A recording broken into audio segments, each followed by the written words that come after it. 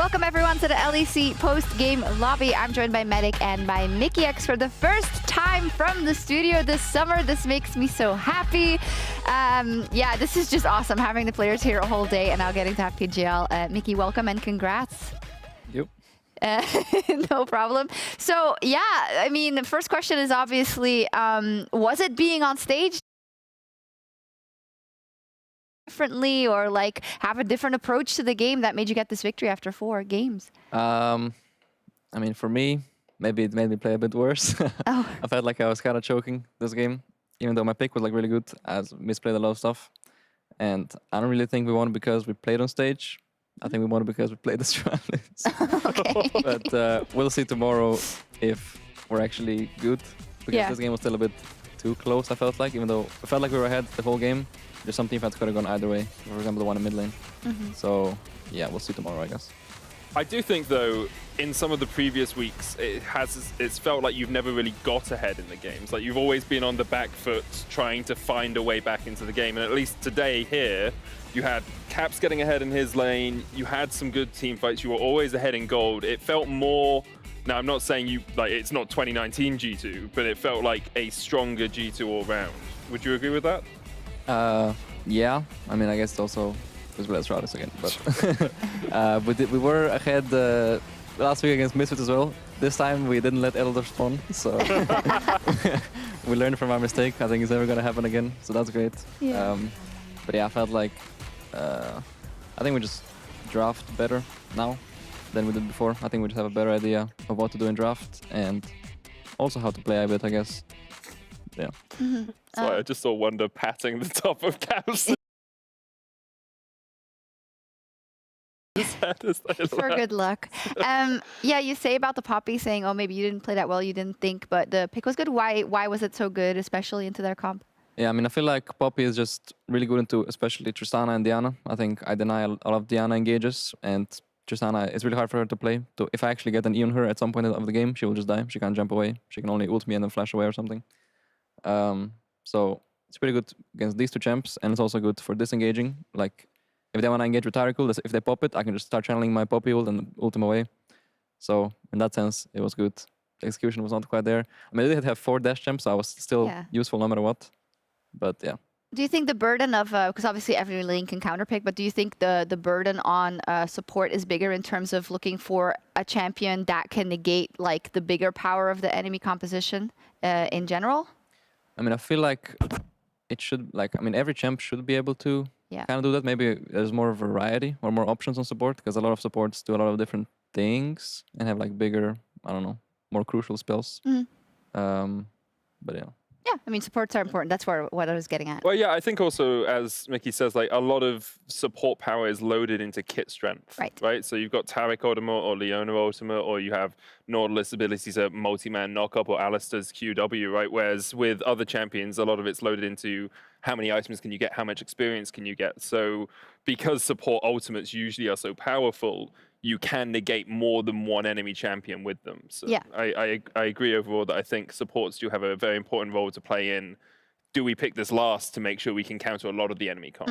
Yeah, and I think that's the Poppy was a great example today specifically. Now, of course, this was the first win after 4 games lost for G2, which, you know, is a bit of a shocker, I think, for a lot of people, especially the fans. And they won, or they won? What? That they won? It's a shock. No. But so I want to talk specifically about the Misfits game and about the cams afterwards, because I've not often seen, especially G2, who drive so much of like, you know, adding a laugh to everything, even if it's not going too well. I've never really seen that from you guys as much. Do you want to give some context as to kind of why specifically, obviously, losing that game in that manner, that doesn't make anyone smile, and how you, from that point, kind of tried to get back on the horse and make sure you improved? Yeah, I mean, I felt like we were just kind of shocked in game that we just kind of lost this game, because it was like the biggest free win like we've probably ever had in our lives. And yeah, I mean, I guess we were just all a bit mind blown that we actually lost it. That from like 1 fight we lose, we like die everyone, and then they just push mid and end. So yeah, I mean, I guess everyone was kind of quiet because I don't know what to say, right? We were like, oh, we already lost 3 games, and during the game I was saying like, nice, finally we're gonna win a game. It's against a good team. It's gonna be good for the standings, and then we lose it. Like, yeah. but I mean, the next day was fine. I mean, the next day Caps cut his hair, so like went for a big change. Oh, so it was like a team, like a team mood lifter thing. Yeah, it was for sure for me. When I saw him, I couldn't believe it. But I mean, as soon as the week started with scrims, everything was kind of fine. Like I didn't feel like anyone was down because we lost, or we lost 4 games in a row. And I mean, I guess the whole week went pretty well. We won a lot of games, but I guess we didn't play that great teams. But yeah, just the whole week felt as if we didn't go 0-4 just before and didn't lose this game against Misfits with the Elder. Like, yeah, it was kind of just a normal week, yeah. Okay, I see. So we're reading a bit too much into it, because I remember I saw it and I was like, oh, damn. And you heard on mikyx as well, Reckless just being like, I don't know what you guys want me to do here after the fight had ended, right? And it did sound from the outside looking in like the atmosphere perhaps wasn't as positive as it has been in the past. And I did want to ask you a little bit about that, Mickey, because you were part of the G2 squad that went 0-4 last year as well in summer. And I think at the halfway mark, or just after the halfway mark, that team was 5-6. Today, while you were answering there, you were like, oh, it would look good for the standings. How concerned are you or are the team about the fact that you guys, you're sitting at 5-5 altogether after 10 games? I don't think we're too concerned, because we looked back at last summer when we were on a 4-game lose streak, and we were, I think, 5-7 at some point, and I think we ended with 11 something. Yeah. So I mean, we can probably just still win all the games from now on, as long as we got better from losing 4 games in a row, which we did last split. And I think we did this time around as well. At least considering this week of scrims, I felt like we played much better, drafted much better, and yeah, I mean, just. We'll see how tomorrow goes. I think we can show that we're much better than the last 5 games showed, or maybe 4. Okay. I feel like we're being so negative after you won a game, but I guess it's the standard to which you are held, right, as G2. That's just how it goes. But earlier today, Rogue, they secured sole possession of the first place. They won over Misfits, and Fnatic and the Mad Lions continue their climb towards the top. Overall, Mickey, what do you think about the standings as they are at this point in the year? Because it's caught a lot of people off guard. Yeah, I'm kind of surprised Astralis is like up there. Yeah, you kept saying like, oh, it was only Astralis, but listen there. Yeah, actually, like, I'm kind of confused right now. I don't know how Schalke, I mean, I guess Schalke is, makes sense. Excelf feel like they're a pretty good team. So, I mean, I guess they're just the lowest of the 4-6 teams, but I feel like they're probably the best out of those. Mm-hmm. The rest seems kind of normal, except maybe G2 there. Yeah, weird position. Can I just check? You said you thought XL are the best out of those like bottom teams. Would you include Vitality in that list of teams? Because it's like Vitality, Astralis, XL, Schalke, SK. Yeah. I mean, I feel like they're kind of on the same level, but I feel like, I don't know. But they'll just kind of troll a lot of their games. I feel like they're better than they show on stage. And I mean, I guess they tried the top lane swap around. Yeah. So, I mean, I guess they did play Rogue today, so I'm not sure if they were expected to win, but at least they played okay.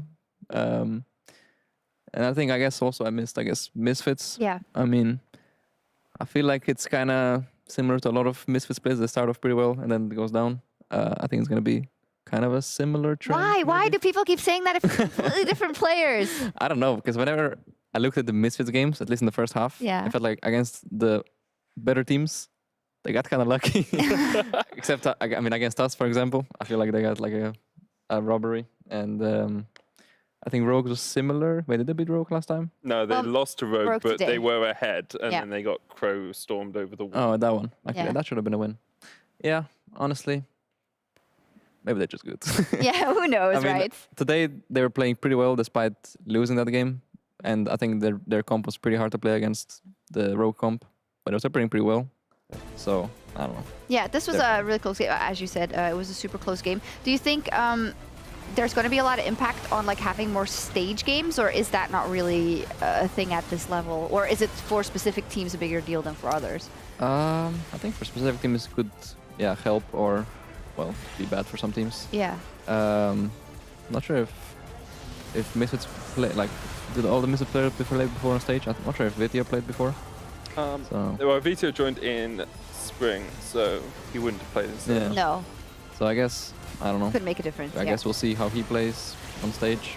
Yeah, you're right. It's kind of like a non-question because, like, we know we would have to ask everyone themselves. Yeah, I think it's just always tough to judge how a player's going to react being on stage. Adam today, I think, had a really good performance on stage for his first stage game, and Yamato was tweeting about it, saying, "I might as well just leave him there overnight because he's at home." So it is very much on the player themselves and on how the coaching staff deals with it. You know. Yeah, for sure. So tomorrow we have the match of the week, Rogue versus G2. Now the good thing for you is that they're still 0-11 versus you. So, you know, how are you going to try and recreate whatever it is, voodoo, that you do versus Rogue and Best of Ones tomorrow?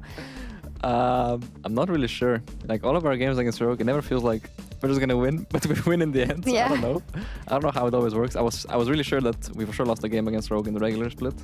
But, well, I guess not. It's like unlosable. You almost lost the one at the start of this summer, but then Reckless had the Baron steal. Yeah. Varus. Yeah, and I guess last summer as well, we were like on lose streak, and then Cap stole Baron with Syndra, and then we won. Yep. Yeah, I don't know. I mean, it's probably going to be similar. It's going to be probably a long game, pretty back and forth, but in the end, we're probably going to win. Counting on grabs to draft scaling, and then we'll win. I see. Gathering Storm is your rune of choice. Yeah.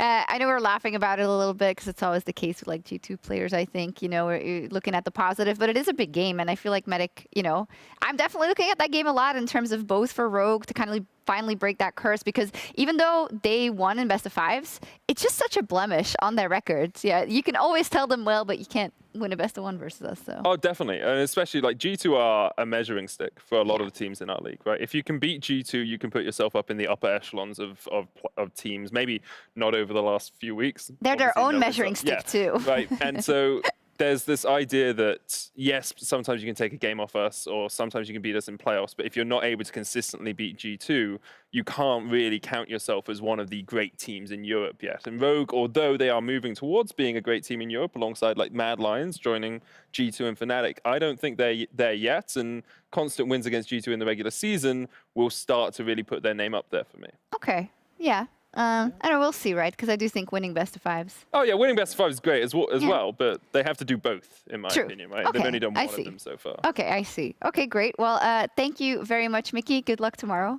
And congrats on the win. We're not going to take a selfie anymore because you can just look at us. We're all here. It's great. And that was all from us here in Berlin today. But be sure to stay tuned, rather, for week 6 of the LCS. It's going to start with CLG versus TSM. And we will be back tomorrow for more League of Legends. See you then. Bye. Bye.